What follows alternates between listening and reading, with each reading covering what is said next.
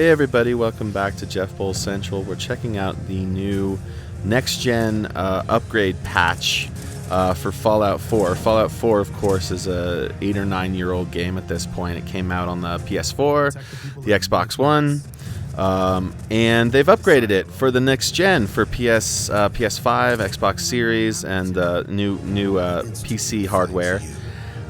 So I have an interesting relationship with this game.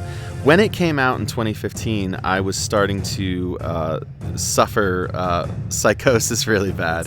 This is a long documented thing on my channel. I make mental health videos as well because I suffer from schizoaffective disorder. So back in 2015, that was really starting to manifest. So I took this game. I tried to play it. I couldn't play it because I couldn't concentrate. I handed it to my wife, Carrie. I said, "Hey, Carrie, do you want to play this game?" And she said, "Sure, yeah, I'll play this." And she ended up putting in like 200 or 300 hours, no joke. This is her absolute favorite game of all time. She has played it to death. She will probably play it again once I hand it over to her again after I'm done making this review here. I haven't put a lot of time into this game. I've put some, maybe before I touch this update, maybe 10 hours in total. So this was really nice. This was really nice to get back into the Wasteland, this iteration of the Wasteland. This one takes place in Boston, where New Vegas took place in Vegas, obviously, and 76 takes place in West Virginia, Appalachia. This is Boston,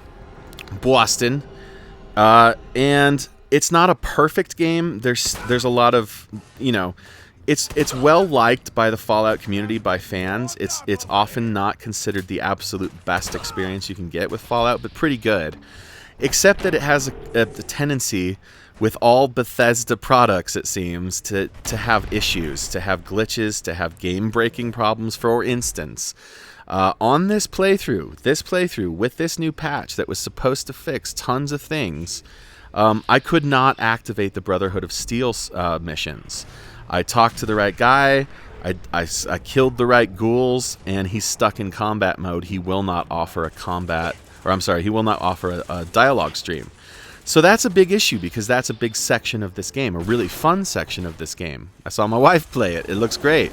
I'd love to play it myself. I can't, not unless I figure out a fix or I restart the game. So that's an issue, especially for an 8-9-year-old game, not to be able to do a major side component of the story, kind of a thing. So it's not a perfect game, but it is a very dense, big game. The map of Fallout 4 is not really as big as some of the other Fallout games, but it's much denser because, again, it takes place in the city. Most of it takes place in the city populace of Boston, or rather that city populace, Boston, Lexington, Concord.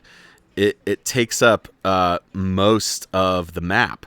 And when you get into like the center of Boston, almost every building, it seems like, has some kind of secret to discover.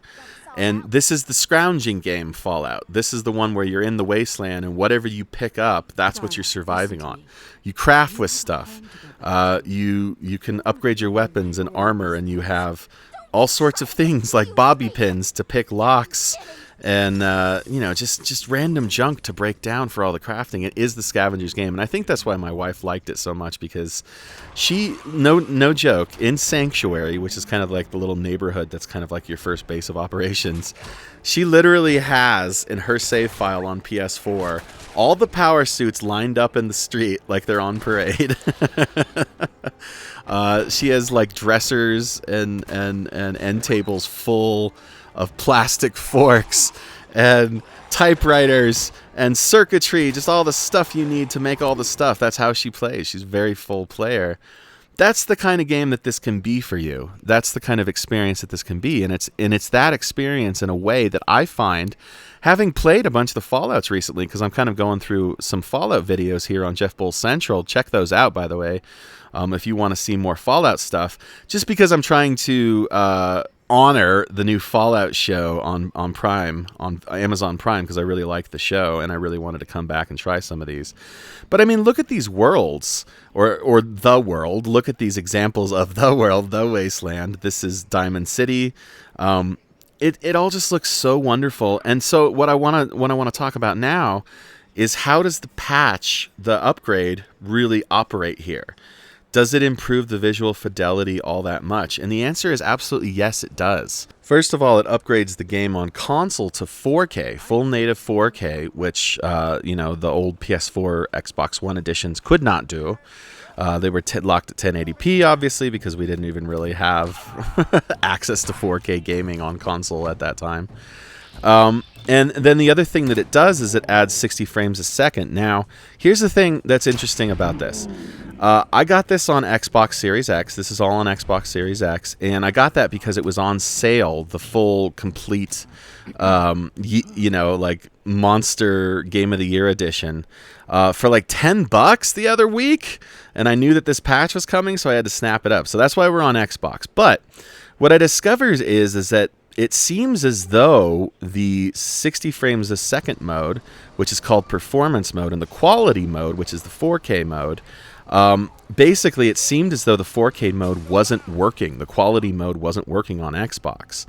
However, come to find out that the game just is capable of doing that on Xbox. On PS5, when you put it in quality mode, now follow me here, you put it in full 4K mode with all the bumped up resolutions and stuff, bumped textures and stuff, you're still running at 30 frames a second. So on Xbox, you're really getting a much better proposition.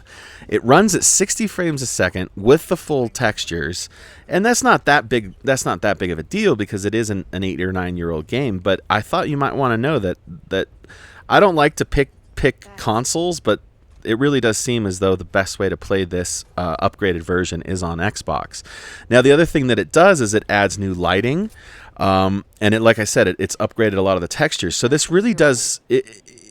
It's not. If you've been playing on PC for years, you're not going to be super excited about it or super impressed.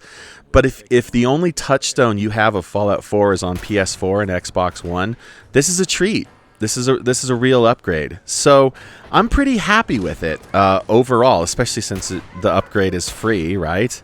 You haven't actually got to pay for anything if you already own the game. And on Xbox, it's in the Game Pass, so it's free. Now, here's the thing. On PlayStation, it is also in the PS Plus gaming catalog. But if you owned it as part of the PS Plus giveaway from years ago, the upgrade does not work. So there are issues on PlayStation. I would maybe suggest, if you have the option of playing this on Xbox Series or PC, it plays wonderfully on PS5, I understand, but there's just certain things that are like a little questionable.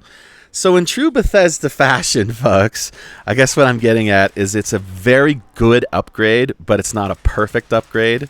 It's a very good game from 2015, but it's not a perfect game from 2015. So that's it. That's really what it is. So what I'm going to do is I'm going to give the Fallout 4 next gen upgrade patch. I've never rated a patch before, but I'm going to give it an 8 out of 10. It's really, really good. It's really fun. If you can get all the extra content, and if you haven't played it extensively, or if you're just looking to dive back in, totally recommendable. You got a 4K TV, you got a new console, or if you've got a souped-up PC, check this game out. You may be surprised at how it feels now and how it looks now, and it's just like the premium experience for Fallout 4. So that's it. Like, subscribe, share. Oh boy!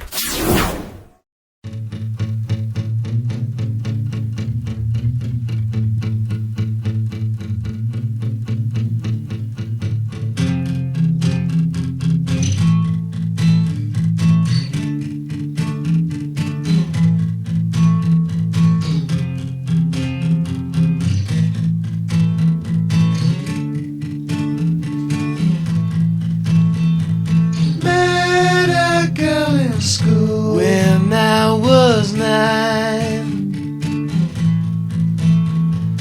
told me she had feelings, she had lies.